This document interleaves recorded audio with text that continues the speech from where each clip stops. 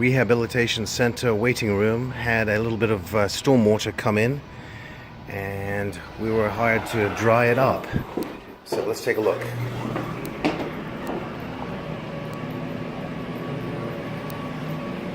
There we go, right over here.